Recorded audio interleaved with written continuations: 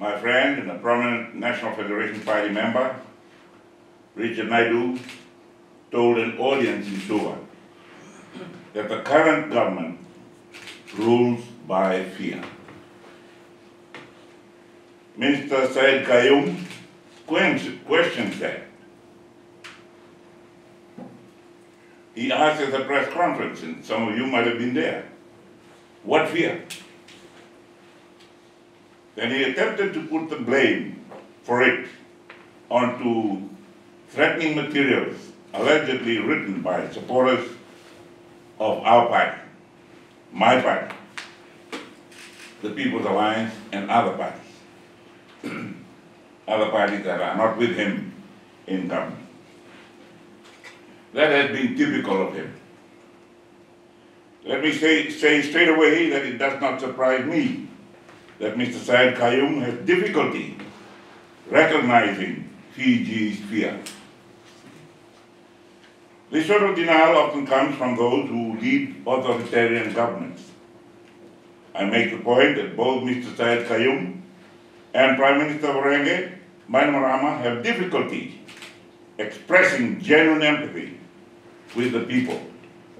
The Prime Minister's remarks are often scripted, and Mr. Sayed-Khaiyum cannot help but talk down and lecture to his opponents. He has, over time, accumulated so much power, and is already and is ready to use it whenever he wants to. And he wants to do that so that he feels that the people fear him.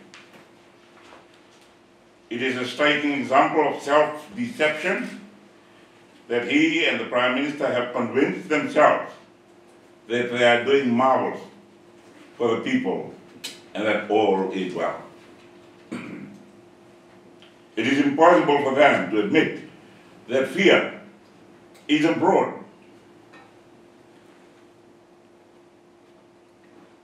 There is fear around them. Why would they be having bodyguards? Who has the fear? Who is fearful? Of whom?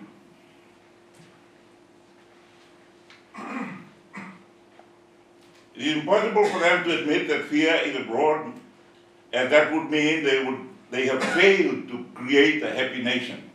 They have shown that they have created an unhappy nation by having so many people guarding them around.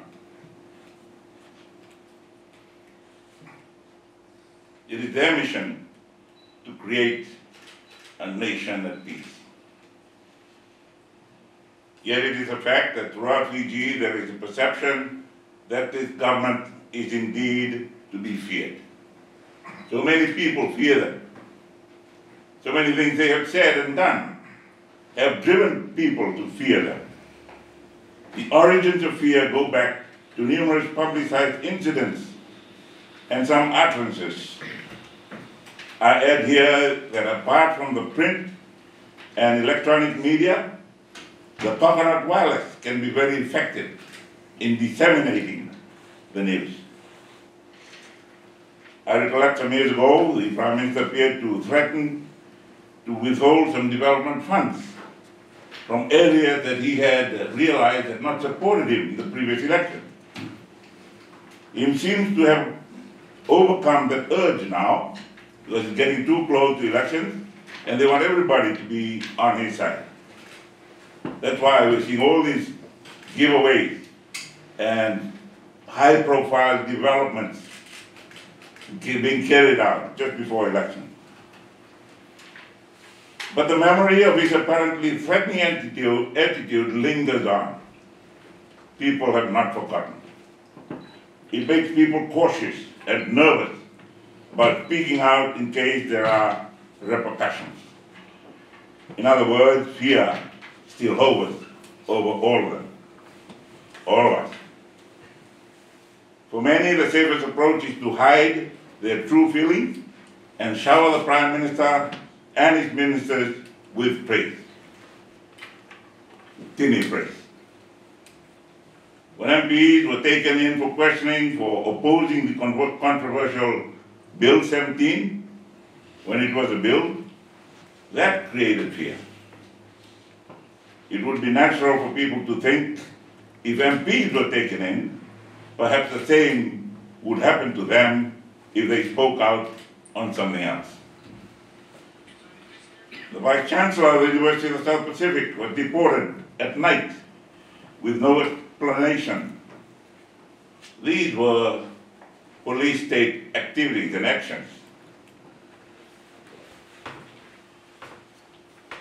The Vice Chancellor's fate became another source of concern and fear.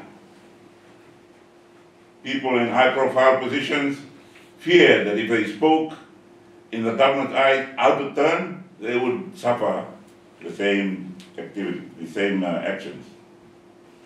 It is more than likely that major business organizations wondered whether their CEOs might receive similar treatment if their companies were involved in disagreements with government.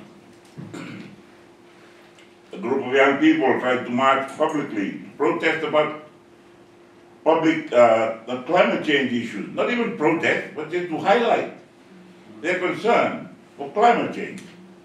The police descended on them as if they were hardened criminals and told them to remove their banners and stop them from marching. What sort of signal went out to the youth of our country at that time? And they remember. They still remember. People would naturally be very fearful when they witnessed on video a man being savagely beaten by security personnel in the back of an open truck. A 2019 incident involving a 16-year-old boy physically abused at the army barracks in Suva also sent ripples of fear right through the community. He was accused of posting on social media criticisms against the Prime Minister. What happened to him was widely publicized and is still remembered clearly today. When a potential candidate of a political party appears to be under threat because she did not apparently complete a sentence to fit legal rules imposed by the Sayed-Khaiyum government, that raised profound issues about freedom of speech. It also adds to the fear of expressing oneself. What does it tell us about Sayed-Khaiyum and his desire to control the country? He's unable to admit that his media decree is oppressive. The only defense he offers is that no one has been prosecuted. So what? Is that sword hanging over everybody's head? It's still there. He cannot get into his head that the decree is like its serious punishments. In the media industry is a sword of Damocles, and we all know that. That's what it is. Just in case, remember, I have this decree, and it's waiting to drop. Mr. Sayed-Khaiyum could remove it with a stroke of a pen. Why doesn't he? Who is fearful now? The answer is he prefers a media industry operating in the fear of his law.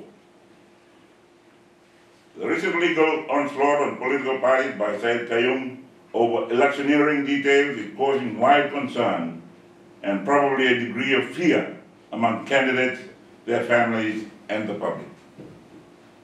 I give a pledge that the fear now felt will come to an end when the People's Alliance and National Federation Party coalition government comes into power. Our job will be to bring unity, peace, prosperity, happiness, and unified progress.